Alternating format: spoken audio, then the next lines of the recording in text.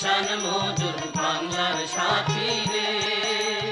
ও ভাই মোর তোমার কিসের ভয়, তোমার হাতে দেশের কাঠি হবে রে, হবে রে, হবে যায়।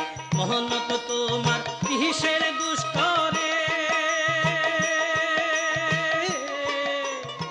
ঢাকা বিশ্ববিদ্যালয় মানেই এক জীবন্ত ইতিহাস, ইতিহাসের এক চলমান অধ্যায় এই ঢাকা বিশ্ববিদ্যালয়। বাংলাদেশ নামক রাষ্ট্রের জন্মের ইতিহাসের সঙ্গে ওতপ্রোতভাবে জড়িয়ে আছে এই বিশ্ববিদ্যালয়। এমন কোনো জায়গা নেই এই বিদ্যালয়ে যেখানে বাঙালি বা বাংলাদেশের ইতিহাস তার কোনো পর্ব উন্মোচন করেনি। সময় তোমার হইয়া যায় রে।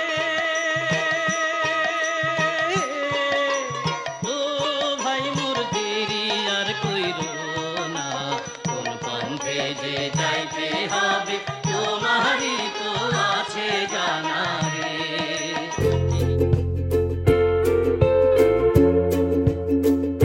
আর এই ঐতিহাসিক প্রতিষ্ঠার পেছনের ইতিহাসও কম চমকপ্রদ নয়। তো চলুন ঢাকা বিশ্ববিদ্যালয়ের ইতিহাসটা একটু ঘেঁটে দেখি। 1981 সালের জুলাই মাসে 3টি অনুষদের অধীনে বিজ্ঞান, কলা ও আইন 12টি বিভাগ ও 847 জন ছাত্রছাত্রী নিয়ে আনুষ্ঠানিকভাবে যাত্রা শুরু করা ঢাকা বিশ্ববিদ্যালয়ের প্রতিষ্ঠার বীজ বপন হয়েছিল 1911 সালে বঙ্গভঙ্গ রদের ঘটনার মধ্য দিয়ে। 1905 সালে বঙ্গভঙ্গের মাধ্যমে ঢাকাকে রাজধানী করে পূর্ব বাংলা ও আসামকে নিয়ে যে আলাদা রাজ্য গঠিত হয়েছিল তা এই অঞ্চলের মুসলমান প্রধান জনগোষ্ঠীর দীর্ঘদিনের আশা ও চাওয়া পাওয়ার বাস্তব প্রতিফলন। এটা এই অঞ্চলে মুসলমানদের শিক্ষা, অর্থনীতি, সামাজিক উন্নয়নে এবং সর্বোপরি তাদের স্বাবলম্বিতা অর্জনের ক্ষেত্রে বিশেষ সহায়ক ছিল। কিন্তু নানা বিরোধিতার মুখে ইংরেজি সরকার 1911 সালে বঙ্গভঙ্গ ব্যবস্থাকে বাতিল ঘোষণা করতে বাধ্য হয়, যা বঙ্গভঙ্গ রদ নামে পরিচিত। সেই সময় কলকাতার তথাকথিত উচ্চশিক্ষিত ও হিন্দু নেতারা ঢাকার বিশ্ববিদ্যালয় প্রতিষ্ঠা রোধে স্মারকলিপি প্রদান করে ক্ষান্ত থাকেননি। তারা প্রতিবাদ সভা থেকে শুরু করে র্যালি পর্যন্ত আয়োজন করেছিলেন। বঙ্গভঙ্গ রদের ঘটনায় পূর্ব বাংলার মুসলিম জনগণ ব্যাপকভাবে ক্ষুব্ধ ও আশাহত হন।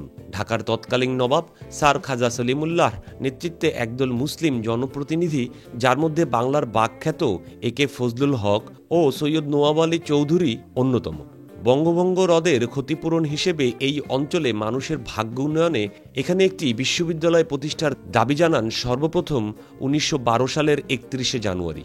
সে সময়ে পূর্ব বাংলায় 9টি কলেজ থাকলেও উচ্চশিক্ষার জন্য কোনো বিশ্ববিদ্যালয় ছিল না। পরে এই অঞ্চলে মুসলিম সংখ্যাগরিষ্ঠ জনগণের দাবিকে সম্মান জানিয়ে লর্ড কার্জন বিশ্ববিদ্যালয় প্রতিষ্ঠার আবেদনে সম্মতি দেন এবং তার ফলে একই বছরে 2 ফেব্রুয়ারি ভারতীয় রাজ্য সরকার কর্তৃক বিশ্ববিদ্যালয় প্রতিষ্ঠার সপক্ষে একটি আনুষ্ঠানিক ঘোষণাপত্র প্রকাশিত হয়। এরই ধারাবাহিকতায় একই বছর 4 এপ্রিল বাংলায় রাজ্য সরকারকে বিশ্ববিদ্যালয় প্রতিষ্ঠার পূর্ণাঙ্গ প্রস্তাবনা প্রণয়নে আহ্বান জানানো হয়। এই লক্ষ্যে 27শে মে 13 সদস্য বিশিষ্ট একটি কমিটি গঠিত হয়, যা নাথান কমিটি নামে পরিচিত। এই কমিটি দ্রুততার সঙ্গে রিপোর্ট প্রদান করে 1912 সালের শেষ দিকে। 1913 সালে নাথান কমিটির রিপোর্ট জনমতের জন্য প্রকাশিত হয় এবং একই বছর ডিসেম্বরে তা অনুমোদন লাভ করে। এরপর প্রথম বিশ্বযুদ্ধের ডামাডোলে ঢাকা বিশ্ববিদ্যালয়ের প্রকল্প স্থগিত থাকে দীর্ঘদিন।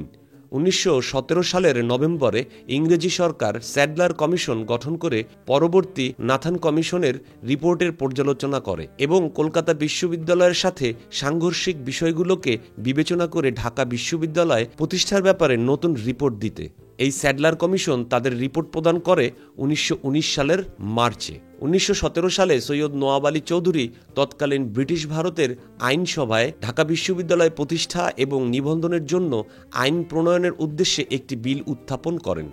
পরে এটি পাশ হয়ে 1920 সালের 23শে মার্চ ঢাকা বিশ্ববিদ্যালয় অ্যাক্ট 1920 নামে, যার অধীনে পূর্ব বাংলার প্রথম বিশ্ববিদ্যালয় হিসাবে ঢাকা বিশ্ববিদ্যালয় আনুষ্ঠানিক যাত্রা শুরু করে।